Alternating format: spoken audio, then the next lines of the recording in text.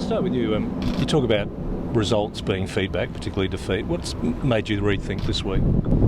Oh, look, it's just one. It's only one loss, Rooch. So you don't want to jump at shadows a little bit, but just our skill level and our lack of pressure on the opposition were the most disappointing things. Is there a reason that you can pin for after a month of pretty good footy that it would just vary so dramatically? The thing that disappoints me is I probably didn't see it coming, and I don't think the players did either, but there it is. So it is what it is. We hope to rectify it very quickly. The morning on Monday, there's a fair bit of debate as to where punishment v teaching players what you want them to learn. How do you sit on that divide? Clearly you went down the punishment path. How do you rethink that one? You might call it punishment, but I actually felt getting the group together before you actually get to the footy club. So what it allows you to do is, we had a quick turnaround Sunday, so basically it wasn't a normal post-game address from me, then it was on a plane, then you don't see the whole group again until you get to the footy club, and that's a different environment. I actually wanted to get them somewhere, look them in the eye, have a man conversation with them, so then when we came to the club, most of that had been done. So you call it punishment, I actually call it getting the troops back together. Phil, having been at Port last year, does that give you an advantage and the Crows an advantage of some sort with game plans and player intel, etc.? It's a bit overrated for mine. I think we all scout each other. We all know what we do. End of the day, it's what the players do that's going to decide this result, not what I know or what Ken knows about me. And you smiled during that question. What do you think? Does he have an advantage? No. Phil's 100% correct. It's not about what Phil or I know about each other. It's about what the teams perform like on Sunday afternoon. And we both know. We've both been around for a long time. We both know that it's got nothing to do almost with, once the game starts, with what me and him are going to do. It's going to be about how our teams go out there and play. Ken, what did show up in that showdown of the summer, the one that we all say means nothing, is Phil actually did find a way to stop your players running off the mark, particularly that second player blocking. Have you worked out a way to stop that happening again? No, we'll spend some time. And we learn from every game, not just the showdown. I think that's the key thing, was that at the end of every game, that's the first question I ask the players, is what did you learn? And we take all our lessons that we get and we try to turn them into some positives for us. And the showdown was no different, as were last week's game, the week before that, so that they don't read anything into what you learned from the last time you played in opposition, so they think it counts. So how will they react if they see the second man on the mark this time when they play? Well, hopefully we'll get a bit better at being able to get past it, but we may not. The challenge is when the game's on, and that's what happens. You hopefully you take the lessons and you try to put them into practice. Phil, during the week, Kane Corn suggested that you were copycatting. Sorry, mate, you're right. Try again, actually. Sorry. Phil, during the week, Kane Corn suggested that Adelaide was copying Port Adelaide because of your presence there, and they basically knew what you were doing. How do you feel about that, or is that a fair comment? Yeah, I think Kane should just stick to playing, personally. A few of the players noticed, though, in that pre-season game that some of the play calls were similar from what you were calling now at Port previously. So you say no advantage at all? Is there not some advantage of your intel on Port Adelaide? It's like last week I scouted the Bulldogs. I knew what they were going to do. I couldn't stop it. I might know the players a little bit more, but other than that, it's basically, look, I think this is my 23rd showdown. Every time I've scouted the opposition team in a showdown really hardly, really scrutinised them, understood what they're going to do. This one's exactly the same. So how do you do with what we're seeing on the outside, that you're vulnerable in defence and Port Adelaide's got an advantage in attack? The way we set up defensively, we're vulnerable in defence against teams who move the ball really quickly. And the thing that stood out that the Bulldogs were able to do was that we weren't able to slow them down. And that's AFL footy, how it's played at the moment.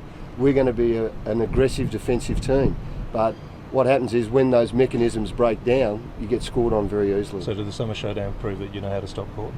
I think the first 4 games have shown when Port Adelaide can't get their ball movement as they want it, they're very beatable. But as we saw in the first quarter on the weekend against Hawthorn, when they do move the ball very quickly, they're unstoppable and one of the best teams in the competition. So given what you did in March, you feel confident you could do it again? Well, we tried to do that last week against the Bulldogs. So, who knows? We hope to do it, and I'm sure Ken's doing the opposite. He's going to move the ball as quick as he possibly can, so it's going to be a great game. To your mind, does Robbie Gray, who we've been talking about all week, has he absolutely ticked every box, or will you still wait until Sunday to make that final call? No, as we're here right now, Robbie will play. There's no problems with that. And everyone knows that I don't mess around with what I say. It's fact. Robbie, we expect to play. He's got to get through training tomorrow. If he does that, he'll play. And right now, I think he'll play. Ken, what about the other ones, Pollock, White, and the others that have got a fair bit of body damage? Yeah, no, they'll play. They'll be fine. And it's round 5. We're into the season. It's quite combative. You're always going to have some blokes out there with some niggles that they have to deal with, and we'll have that again this week. But we'll deal with it. How important is it having Lobie back in the team? We heard you talking this morning about him being like a bit of a coach on the field as well. Can you elaborate a bit on that? Yeah, he's significant to us. I mean, there's no doubt about that. Lobes is a great general. He's out there. He's not just as a player. He's out there almost as a coach, and he can take on a lot of information and help the rest of the team take hold of that and then do something with it. So he's a player, but he's also a very handy leadership. Obviously, and he's in our leadership group, but he provides enormous leadership. Ken, you know tactically how good Phil is. I do. Are you a bit worried that he might have an ace in the deck that he might pull out on game day? There'll be something I haven't seen. I'm sure of that's what'll happen, and I'm sure Phil's probably sitting there thinking the same thing. And that's the game. That's what we challenge each other with, and that's our jobs. Whether it's against Adelaide or against Hawthorn or whoever we play next, it's a challenge for us as coaches to try and get a little jump, but we don't normally get that big a jump. Phil, Josh Jenkins has taken a bit of a battering outside of the club criticism of his game on the weekend. What feedback have you given to him, and particularly with that Lobie-Ryder combination challenging you? Yeah, Josh knows exactly what's required of him. He understands the role he plays in our team, and we're looking forward to him doing that Sunday. I don't criticise players individually. We win as a team, we lose as a team. Phil, you dropped Cole Harding and brought Cole Cheney back. Are you concerned at all? Obviously not, but are you too short to backline given the fact that you've got the Westhoff-Ryder Schultz combination to work through? Yeah, look, Ryder, Schultz, Westhoff, they're a threat to any team. Doesn't matter how tall you are. I think Hawthorn saw that last week, but we're going to rely on team defence to make sure that it's not going to be a one-on-one matchup that's going to hurt us. Can you try to isolate them in some aspect and make the most of your two forward targets?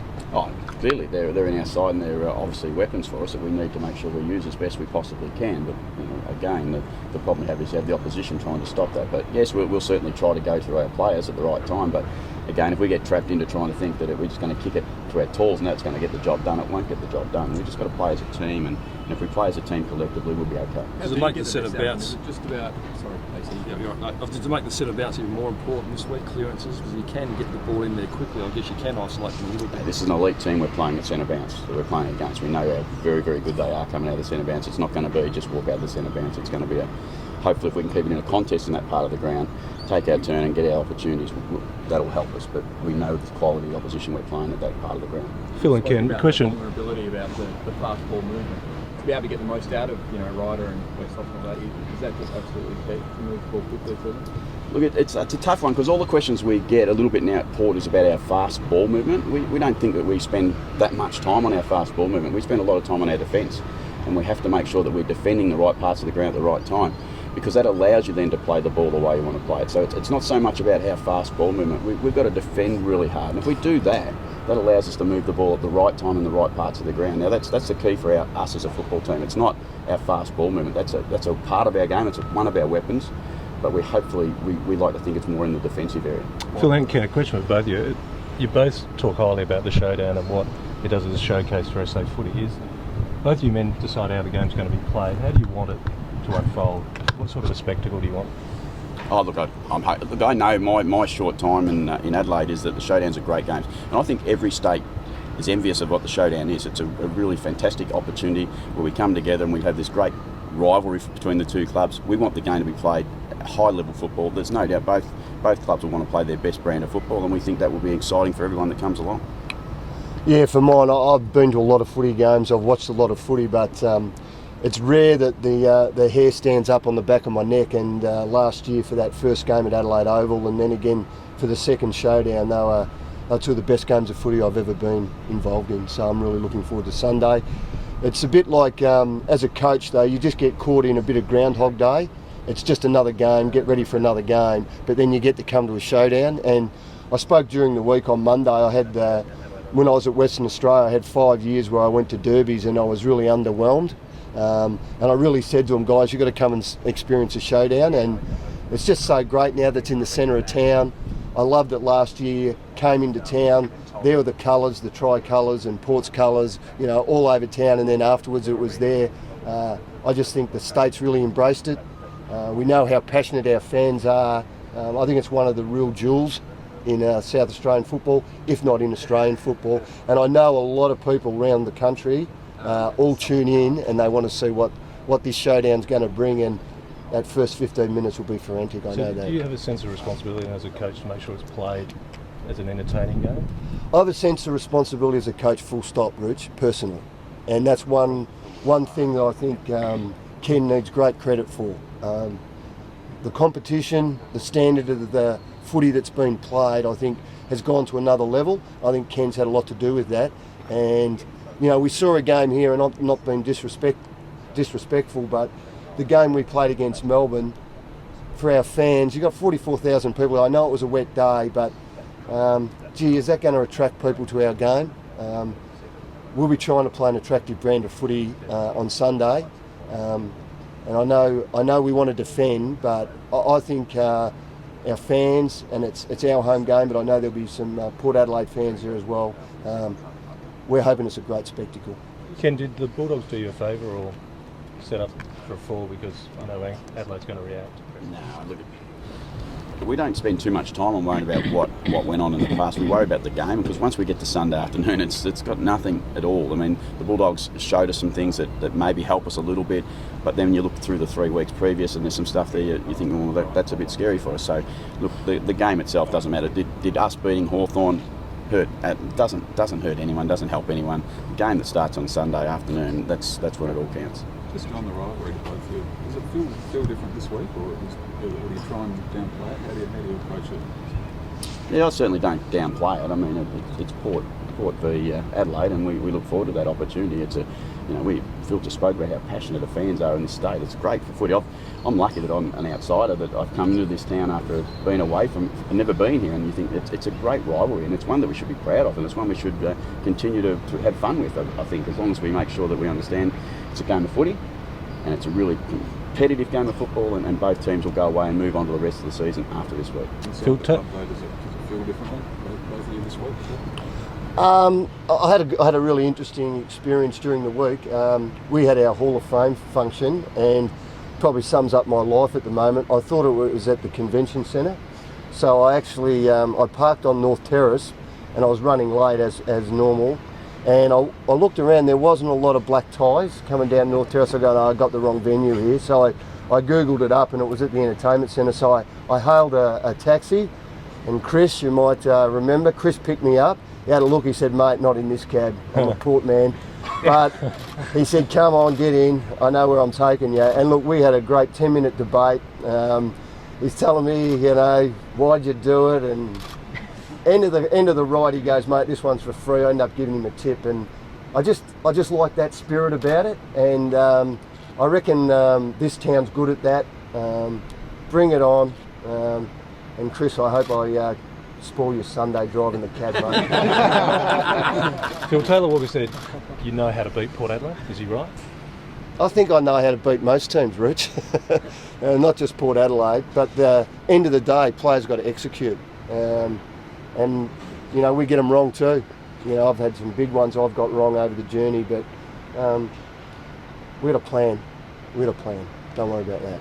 The Ryder Loby threat in the ruck, I know you've got Sam Jacobs, but how big a threat is that to you in this game? Yeah, it's a funny one, because on my iPad, the screensaver on my iPad is the first bounce.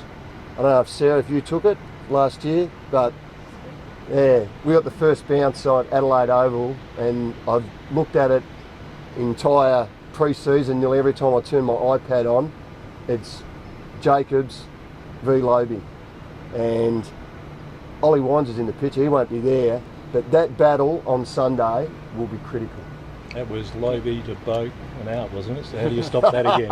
You created it. How are you going to stop it? Yeah, don't worry, we've got some things organised, Rich. It's different this time though with Ryder supporting Loby, where you've got a lesser recognised ruck than Jenkins supporting Jacobs.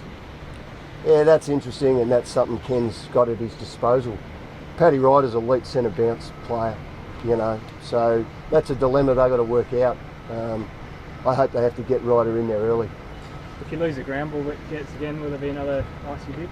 Some consequences. There'll be some consequences, but they might be a little bit more serious. And it won't be about swimming. Okay, it might be your place in the team.